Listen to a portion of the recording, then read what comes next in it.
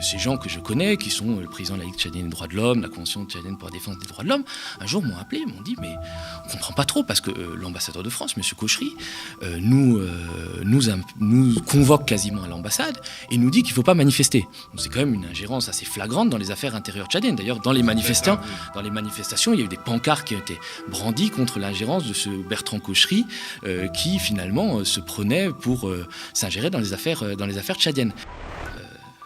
C'est un monsieur qui s'appelle Marc Fombostier. Je pense qu'il va rester dans les annales de la diplomatie française, puisqu'il était, avant d'être au Togo et en Guinée, il était consul de France à Hong Kong. Et il s'est fait rappeler de son poste. Tu sais pourquoi ? Parce qu'il avait piqué 2 bouteilles de vin des Grands Crus dans une soirée de la haute société, il les a planquées dans son pantalon et il s'est débarré avec. Et il a fini par atterrir en Guinée, où il s'est accoquiné avec Alpha Condé, puis il a notamment fait tirer sur la foule, sur des manifestants, pour pouvoir modifier la Constitution et faire un 3e mandat qui lui permettrait de mourir au pouvoir.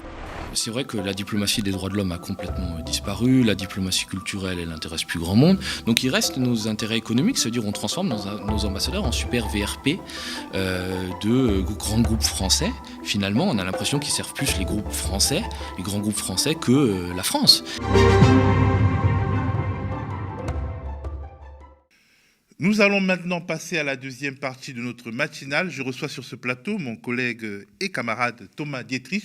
Thomas qui a publié sur le site du Média TV une super enquête réservée aux abonnés. Un article de fond sur les scandales étouffés de la diplomatie française, plus précisément sur nos ambassadeurs en Afrique, présents ou passés, et sur les casseroles qu'ils traînent. Et il vient sur le plateau pour nous en parler, donner à ceux qui ne le sont pas encore l'envie de s'abonner, de pouvoir lire nos enquêtes qui sont appelés à se multiplier, nos enquêtes écrites, car le mediatv.fr est aussi un site pour l'écrit. Thomas publie cette compilation des scandales, magouilles et faits de corruption ou de mélange de genres, alors que l'ambassadeur de France au Mali vient d'être purement et simplement expulsé. Le Mali, c'est quand même un pays où l'armée française compte le plus grand contingent en dehors du territoire national. Certes, les raisons de la brouille entre Paris et Bamako vont au-delà du comportement d'un ambassadeur. Mais on peut considérer que si la France est aussi larguée à ce point, larguée en Afrique, c'est peut-être également parce que ces diplomates ne sont pas toujours à la hauteur. On regarde un petit magnéto pour commencer. Le gouvernement militaire de transition au Mali a demandé lundi à l'ambassadeur de France de quitter le pays. Selon un communiqué du gouvernement malien lu à la télévision d'État, l'ambassadeur français au Mali, Joël Meyer, a 72 heures pour quitter le territoire. L'ambassadeur de France à Bamako, son Excellence Joël Meyer, a été convoqué par le ministre des Affaires étrangères et de la coopération internationale qui lui a notifié la décision du gouvernement qui l'invite à quitter le territoire national dans un délai de 72 heures. Cette mesure fait suite aux propos hostiles et outragés du ministre français de l'Europe et des Affaires étrangères tenu récemment et à la récurrence de tels propos par les autorités françaises à l'égard des autorités maliennes, en dépit des protestations maintes fois élevées.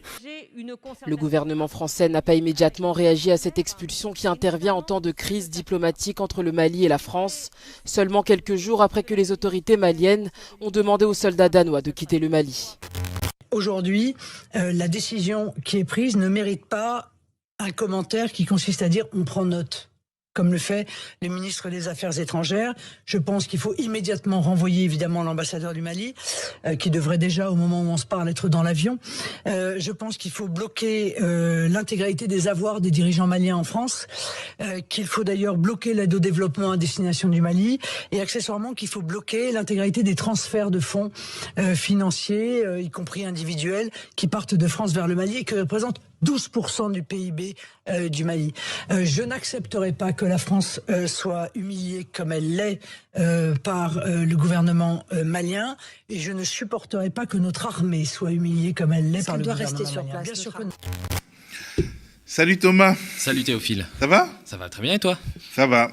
Alors, on a pu voir de multiples réactions de la classe politique française suite à l'expulsion de l'ambassadeur de France au Mali.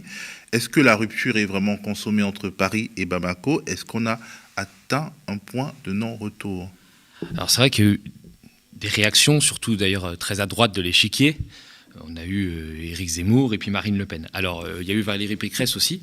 Il faut quand même qu'on en parle de cette réaction parce qu'elle demande à ce qu'on renvoie par avion l'ambassadeur du Mali en France. Sauf qu'il y a quand même un petit problème. Ça fait 2 ans qu'il n'y a plus d'ambassadeur du Mali en France, puisque c'était passé un peu inaperçu. En février 2020, c'était juste avant le confinement, donc on était dans la psychose du coronavirus. L'ambassadeur du Mali en France avait dénoncé les débordements des soldats français qui au Mali se comporteraient mal, notamment en boîte de nuit, dans les restaurants. Bon, c'est quelque chose d'assez coutumier, et c'est vrai que ça n'a pas plu à Paris.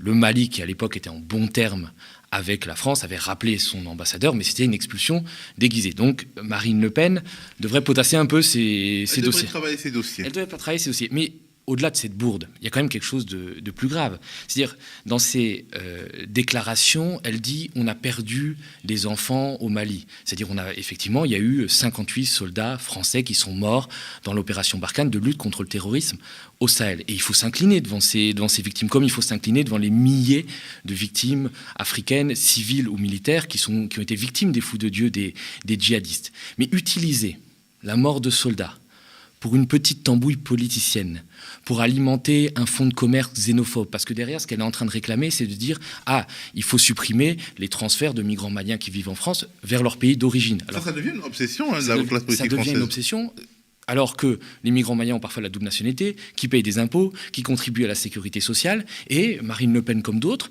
les accuse d'être ingrats vis-à-vis des sacrifices qu'a fait la France au Sahel de tous les morts. Mais il faudrait quand même rappeler quelque chose à Marine Le Pen. C'est loin dans notre histoire, mais c'est quand même une page importante. Pendant les 2 guerres mondiales, il y avait des centaines de milliers de tirailleurs qui sont venus se battre pour la France. Rien qu'entre 1914 et 1918, puisqu'on parle du Mali, il y a eu 11 000 soldats maliens qui sont morts dans la boue, dans le sang, à Verdun, au chemin des Dames.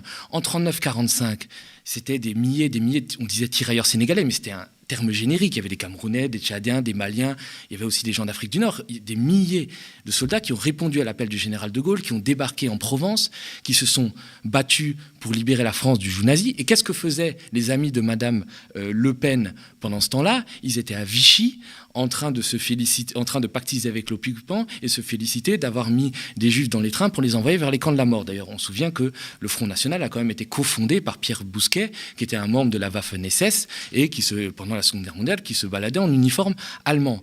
Donc, et il faut se souvenir aussi d'une chose, quand ces soldats africains ont été démobilisés, ils ont été renvoyés dans leur colonie, on ne leur a pas donné de pension, ou alors une pension de misère, on ne leur a pas donné l'indépendance qu'on leur avait promis. Finalement, ils s'étaient battus pour les libertés de la France, mais la France ne leur avait pas donné la liberté. On les a même massacrés.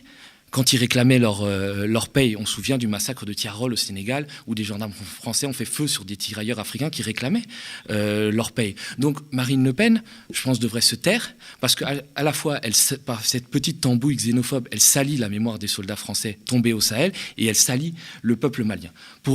Je pense que c'était une parenthèse importante, mais fermons cette parenthèse. Pour en revenir sur la question, effectivement, des relations entre la France et le Mali, elles se sont dégradées depuis août 2020. Il y avait un président très francophile, ami de la France, qui était en place, Ibrahim Boubacar Keïta, qui était un membre de l'Internationale socialiste, qui a été renversé par une junte. Cette junte a eu le malheur de se rapprocher des Russes, ce qui fait qu'elle cristallise aujourd'hui toutes les critiques de la classe politique française. Donc ça va de Jean-Yves Le Drian, le ministre des Affaires étrangères, Valérie Pécresse, Marine Le Pen. Il n'y a que finalement la gauche, la vraie gauche, avec le Parti communiste et la France insoumise, qui n'est pas aussi critique. Mais moi, ce qui m'étonne, c'est qu'on ne critique pas la junte malienne parce qu'elle ferait preuve de manque de démocratie ou parce qu'elle est venue de manière illégitime au pouvoir.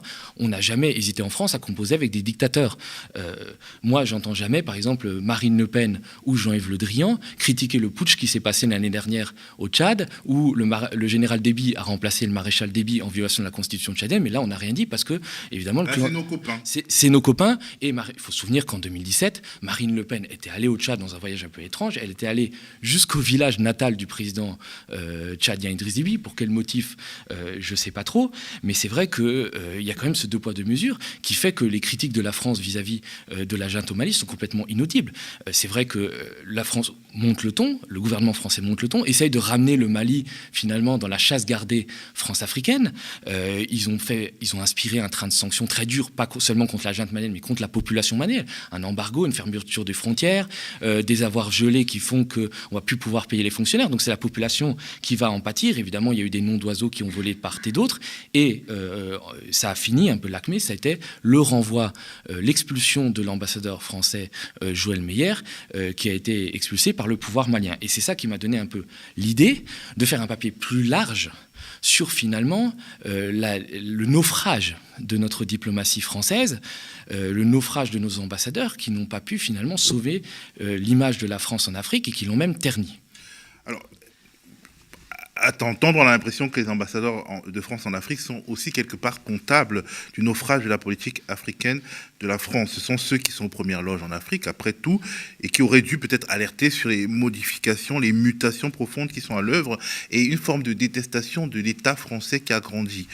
Est-ce que eux aussi, ils ont failli, le corps des ambassadeurs, est-ce qu'il a failli en Afrique ? Alors, ce n'est pas les seuls responsables. Mais en fait, il y a deux phénomènes qui font que, finalement, il y a eu un déclassement de la diplomatie française, qui était un peu une sorte de noblesse d'État. La France s'enorgueillissait d'avoir la diplomatie. Saint John Perse, Romain Gary étaient passés par le Quai d'Orsay. Donc, il y a eu deux phénomènes à partir des années 2010. Ça veut dire, il y a eu